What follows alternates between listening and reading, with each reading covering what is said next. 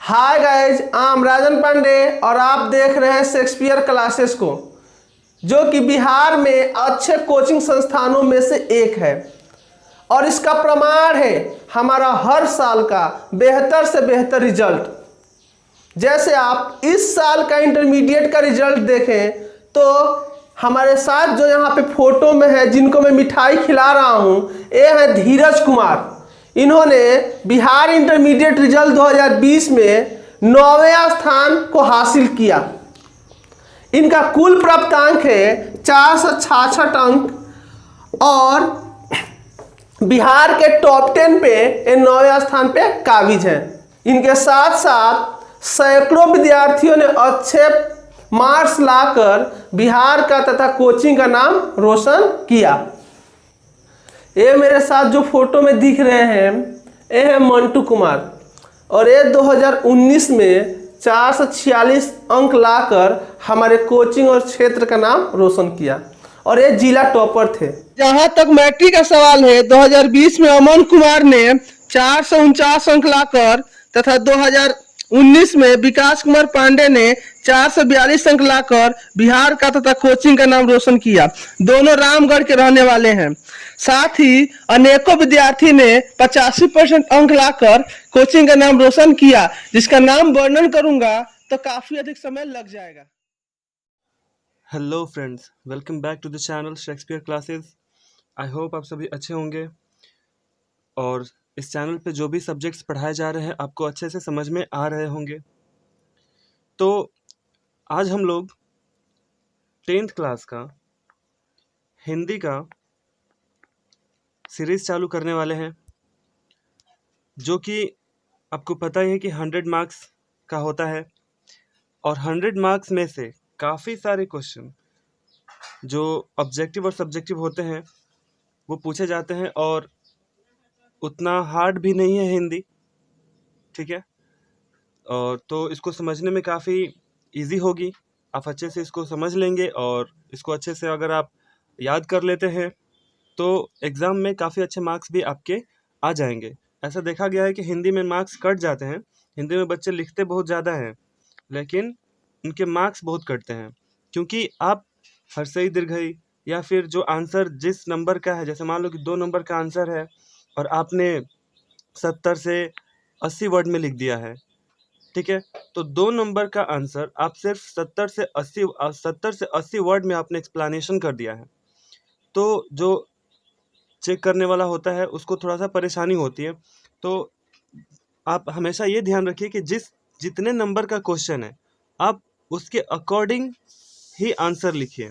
जैसे 2 नंबर का क्वेश्चन है तो आप 30 से 35 वर्ड में आप अपने आंसर को ख़त्म कर दीजिए, तो इससे एग्जामिनर को भी चेक करने में दिक्कत नहीं होगी और आपको आपके अपने टाइम में ही आप पेपर को ख़त्म कर सकते हैं, ठीक है। तो और भी काफ़ी सारे मैं टिप्स दूंगा हिंदी में अच्छे मार्क्स लाने के लिए। चलते हैं अपने पहले चैप्टर की तरफ। तो हमारा जो पहला चैप्टर है हिंदी का वो है श्रम विभाजन और जाति प्रथा, जिसको लिखा है डॉक्टर भीमराव अंबेडकर जी ने, जिनको हम लोग बाबा साहब के नाम से भी जानते हैं, ठीक है। अब देखो, श्रम विभाजन और जाति प्रथा का पहले हम लोग एक कंसेप्ट समझते हैं क्या होता है। श्रम का मतलब क्या होता है? मेहनत। और विभाजन का मतलब होता है बंटवारा। तो मेहनत का बंटवारा।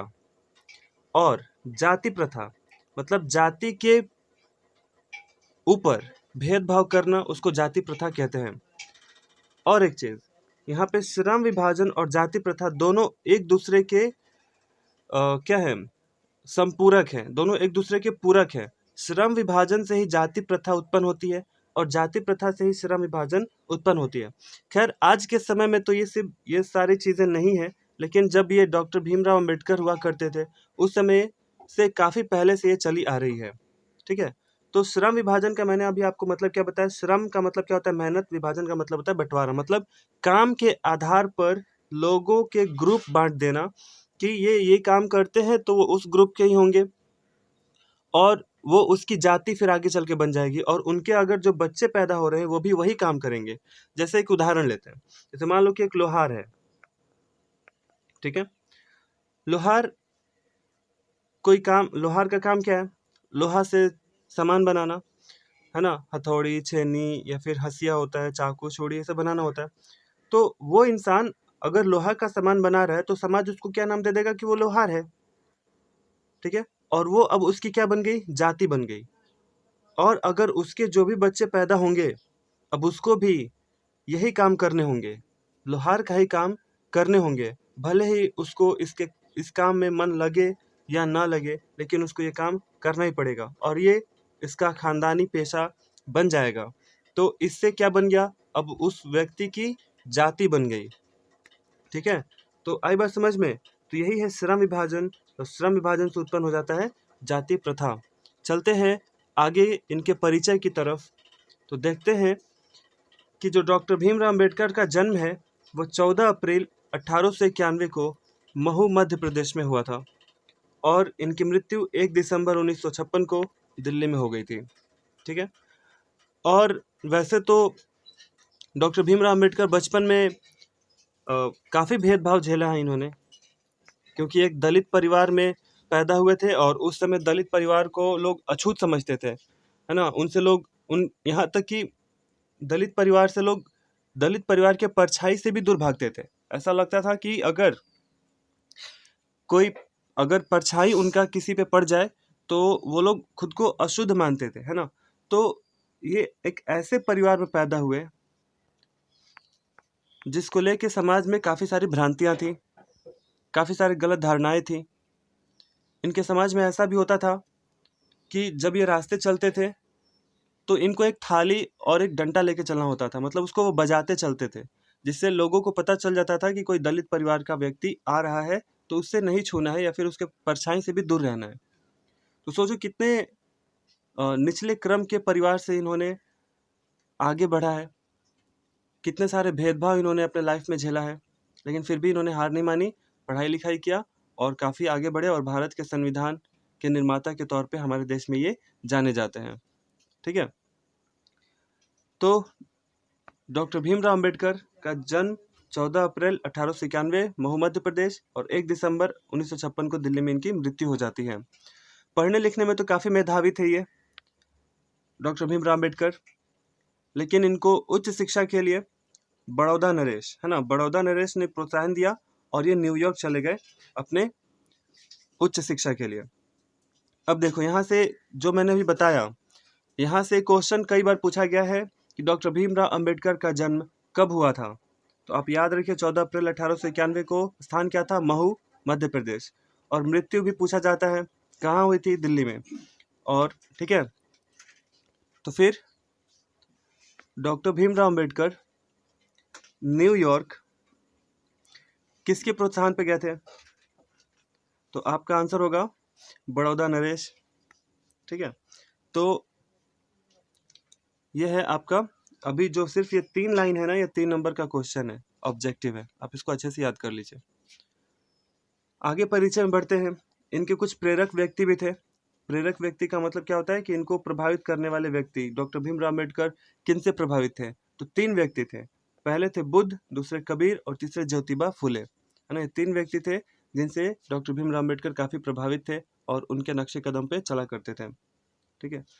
उसके बाद है डॉक्टर भीमराव अंबेडकर को भारत के संविधान के निर्माता के तौर पे जाना जाता है। अब देखते हैं इनकी कुछ रचनाओं के बारे में। जैसे पहली रचना है the annihilation of caste, the untouchables who are they and who are Shudras, ये शूद्राज है, हु आर शूद्राज इत्यादि। काफ़ी सारी इन्होंने बुक लिखी हैं इंग्लिश में और काफ़ी सारे भाषण इन्होंने दिए हैं जो काफ़ी हमारे लिए प्रेरक साबित होती हैं। तो ये सभी चीज़ें अगर आप बुक पढ़ेंगे तो आपको और भी चीज़ें यहाँ पे मालूम हो जाएंगी। अब ये जो प्रस्तुत पाठ है ये द इनहिलेशन ऑफ कास्ट से ली गई है। ये तो इंग्लिश में है लेकिन इसको हिंदी में ट्रांसलेट किया ललई सिंह यादव ने, ठीक है, और वहीं से ये पाठ को लिया गया, एक भाषण है, ठीक है। चलते हैं सारांश की तरफ। जैसा कि मैंने बताया कि इस पाठ को लिखा डॉक्टर भीमराव अंबेडकर ने, ठीक है। तो और इस भाषण में बाबा साहब कहते हैं कि श्रम विभाजन और जाति प्रथा समाज के लिए क्या है, हानिकारक है। शुरुआत में तो मैंने बताया श्रम विभाजन का अर्थ क्या होता है और जाति प्रथा का अर्थ क्या होता है। श्रम विभाजन मतलब क्या होता है, लोगों को उनके काम के आधार पर बांट देना और फिर उसकी वो जाति बना देना। ठीक है, आगे कहते हैं कि यह विडंबना की ही बात है ना, यह विडंबना की ही बात है कि आज के युग में भी श्रम विभाजन और जाति प्रथा के पोषकों की कोई भी कमी नहीं है। मतलब जब वो थे उस समय श्रम विभाजन और जाति प्रथा के मानने वालों में कमी नहीं थी। काफी सारे लोग थे जो उस समय भी जाति प्रथा और श्रम विभाजन को मानते थे और वो ये तर्क देते थे, है ना, पोषकों का यह मानना था कि सभ्य समाज यानी एक अच्छा समाज बनाने के लिए श्रम विभाजन आवश्यक है और जाति प्रथा श्रम विभाजन का ही दूसरा रूप है, मैंने तो बताया ही। ठीक है, तो ये उनका मानना था। तो अगर यहाँ पे क्वेश्चन अगर राइज होता है कि डॉक्टर भीमराव अंबेडकर किस विडंबना की बात करते हैं, तो आप बताएंगे, क्या बताएंगे कि आज के युग में भी श्रम विभाजन और जाति प्रथा के पोषकों की कोई भी कमी नहीं है। ठीक है, फिर जाति प्रथा और श्रम विभाजन को मानने वाले उसके पक्ष में क्या तर्क देते हैं? उसके पक्ष में ये तर्क देते हैं कि सभ्य समाज बनाने के लिए, एक अच्छा समाज बनाने के लिए श्रम विभाजन काफी आवश्यक है। मतलब काम के आधार पर बंटवारा बहुत ही जरूरी है। ये वो मानते थे, कौन? जो लोग श्रम विभाजन और जाति प्रथा को मानते थे।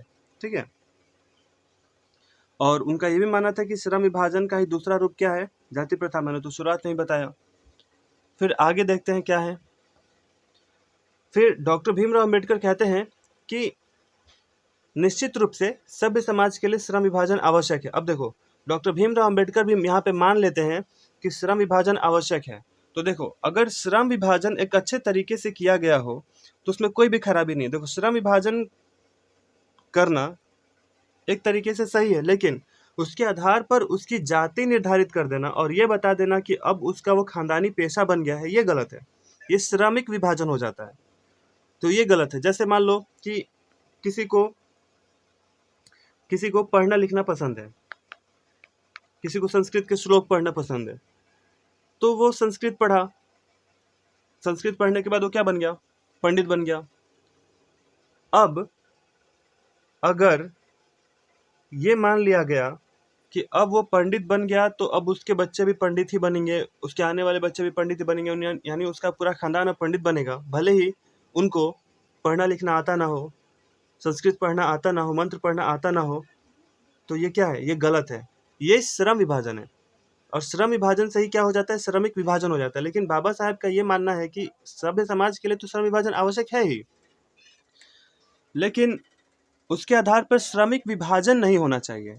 लोगों का विभाजन नहीं हो जाना चाहिए कि अब वो ही वो काम करेगा, अब उसके अलावा वो कोई दूसरा काम नहीं करेगा। ये गलत बात है। फिर कहते हैं कि भारतीय श्रम विभाजन जो है वो लोगों को अपना पेशा अपनी इच्छा के अनुसार चुनने की अनुमति नहीं देती है। बात तो अभी मैंने बताया, अगर आपने जो पेशा पहले चुन लिया, जो पेशा आप काम कर रहे हैं, जो पेशे में काम कर रहे हैं, उसके अनुसार ही आपके आने वाले जो पीढ़ी होंगी वो भी काम करेगी, वही काम करेगी जो आप कर रहे हैं। तो अपने इच्छा के अनुसार पेशा चुनने का तो कोई अनुमति नहीं है। अब अगर किसी व्यक्ति को वो काम करने में मन नहीं लगेगा तो क्या करेगा? टालू काम करेगा। टालू मतलब मन के मुताबिक काम नहीं करेगा, अच्छा काम नहीं करेगा तो उसको कोई काम नहीं देगा। फलतः क्या हो जाएगा? भुखमरी, है ना, भुखमरी आ जाएगी। ठीक है, और जिससे समाज काफी खराब हो जाएगा। तो इसी वजह से डॉक्टर भीमराव अम्बेडकर कहते हैं कि श्रम विभाजन तो एक हद तक ठीक है, लेकिन उसके आधार पर श्रमिक विभाजन नहीं होना चाहिए। और भारतीय समाज तो लोगों को अपना पेशा चुनने की इजाज़त भी नहीं देती। अगर आपको किसी काम में मन लगता है लेकिन आपके पूर्वज कोई और काम करते थे तो आपको वही काम करना पड़ेगा जो आपके पूर्वज करते थे, ना कि आप वो चाहते हैं काम करना। ठीक है, आगे बढ़ते हैं। और डॉक्टर भीमराव अम्बेडकर कहते हैं कि भले ही वह उस काम को करना चाहता हो या ना चाहता हो, उसे भुखमरी की नौबत आ जाती है। ठीक है, मैंने बताया ही, आपको काम करना पसंद हो या ना हो, लेकिन आपको वही काम करना पड़ेगा जो आपके पूर्वज करते आ रहे हैं। अंत में बाबा साहब कहते हैं कि यदि वास्तव में अगर सभ्य समाज बनाना है, अच्छा समाज बनाना है, तो हमें समानता, स्वतंत्रता और भाईचारे को बढ़ावा देना होगा। लोगों को समानता देनी होगी, एक समान सबको देखिए, एक समान सबको हक देना पड़ेगा, सबके लिए स्वतंत्रता होनी चाहिए और भाईचारा होना चाहिए। तभी जाकर ये समाज एक अच्छा बन पाएगा। और ये जो भी भाषण है, जो भी बाबा साहब ने भाषण दिया, ये लाहौर में एक जाति पाति तोड़क सम्मेलन हुई थी 1936 में, उस समय की भाषण है। तो आप ये याद रखिएगा, ये एग्जाम में पूछा हुआ प्रश्न है। चलते कुछ प्रश्नों की तरफ जो आप देख लीजिए। वैसे तो काफ़ी सारे बुक में प्रश्न है, लेकिन ये 4 प्रश्न काफ़ी इंपॉर्टेंट है। पहला प्रश्न, लेखक किस विडंबना की बात करते हैं? तो मैंने अभी शुरुआत में बताया, लेखक जाति प्रथा और श्रम विभाजन के बारे की विडंबना की बात करते हैं। और इस विडंबना का स्वरूप यह है कि आज के युग में भी इसके पोषकों की कोई भी कमी नहीं है। ठीक है, आज के युग में भी इसके पोषकों की कमी नहीं है और आज भी लोग इसको मानते हैं। श्रम विभाजन और जाति प्रथा के पोषक उसके पक्ष में क्या तर्क देते हैं? मैंने अभी बताया ऊपर कि श्रम विभाजन और जाति प्रथा के पोषक जो हैं वो ये तर्क देते हैं कि सभ्य समाज बनाने के लिए श्रम विभाजन और जाति प्रथा होना जरूरी है, और श्रम विभाजन का ही दूसरा रूप क्या है? जाति प्रथा है। फिर कहते हैं, भारतीय समाज में जाति प्रथा बेरोजगारी का एक प्रमुख कारण कैसे बनी हुई है? तो भारतीय समाज में जाति प्रथा बेरोजगारी का एक प्रमुख कारण बनी हुई है क्योंकि लोग अपने मर्जी से यहाँ पे पेशा नहीं चुन सकते हैं, अपने मर्जी से पेशा नहीं चुन सकते हैं। उनको वो वही काम करेंगे जो उनके पूर्वज करते आ रहे हैं, जिससे लोग क्या हो जाते हैं? बेरोजगार हो जाएंगे। वो वही काम मजबूरन करेंगे, वो अच्छे से काम नहीं कर पाएंगे, फलतः उनको अच्छा काम मिलेगा नहीं और वो बेरोजगार हो जाएंगे। अच्छे समाज की क्या विशेषताएं होती हैं? तो एक अच्छे समाज की विशेषता होती है कि उसमें स्वतंत्रता, समानता और भाईचारा होनी चाहिए। ठीक है, तो यही सारे चीज़ें हैं जो डॉक्टर भीमराव अम्बेडकर अपने इस भाषण में बात करते हैं। तो आशा करता हूँ कि आपको ये समझ में आ गया होगा। तो मिलते हैं अगले पार्ट में और अगले लेक्चर में, तब तक के लिए।